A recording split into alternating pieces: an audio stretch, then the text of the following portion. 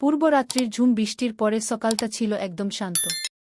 কলকাতার একটি ছোট গলিতে পুরনো এক বাড়ির ছাদে বসে অদ্রি তার ডায়েরির পাতা ওল্টাচ্ছিল।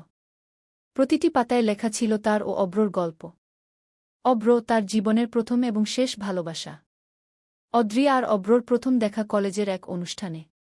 অব্র ছিল গান পাগল, আর অদ্রি ছিল কবিতা লেখার নেশায় মগ্ন। প্রথমবার অব্রর গান শুনে অদ্রি যেন হারিয়ে গিয়েছিল এক অন্য জগতে। সেই দিন থেকেই শুরু হয়েছিল তাদের বন্ধুত্ব। বন্ধুত্ব ধীরে ধীরে রূপ নেয় ভালোবাসায়। তারা দুজনে স্বপ্ন দেখত একসাথে থাকার। অব্র বলত, অদ্রি, একদিন আমি বড় গায়ক হব, আর তুই আমার সব গান লিখবি। আমাদের ভালোবাসা থাকবে প্রতিটা কথায়, প্রতিটা সুরে। কি কিন্তু জীবনের গল্প সবসময় মনের মতো হয় না। অব্রর পরিবার তাদের সম্পর্ক মেনে নেয়নি। তারা অব্রকে বিদেশে পড়তে পাঠিয়ে দেয়। অব্র যাওয়ার আগে অদ্রিকে একটি কথা বলেছিল, অদ্রি, তুই অপেক্ষা কর।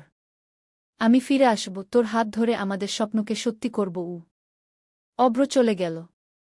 দিন, মাস, বছর পেরিয়ে গেল। অদ্রি প্রতিদিন অপেক্ষা করত তার জন্য। কিন্তু অব্র আর ফিরে আসেনি। তবুও অদ্রি তার অপেক্ষায় ছিল। একদিন ডাকবাক্সে একটি চিঠি এল।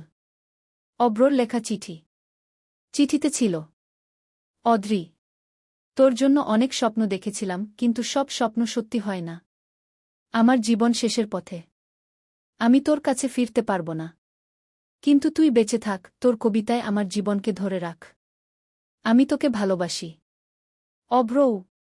চিঠিটা পড়ার পর অদ্রি অনেকক্ষণ কেঁদেছিল। তারপর সে কলম হাতে তুলে নিল।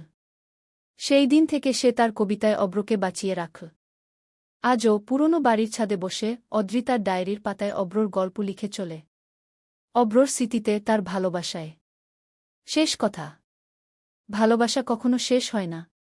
যারা সত্যিকারের ভালোবাসে তারা হয়তো কাছাকাছি থাকতে পারে না, কিন্তু তাদের ভালোবাসা চিরকাল বেঁচে থাকে। আপনার অনুভূতি কেমন জানাবেন?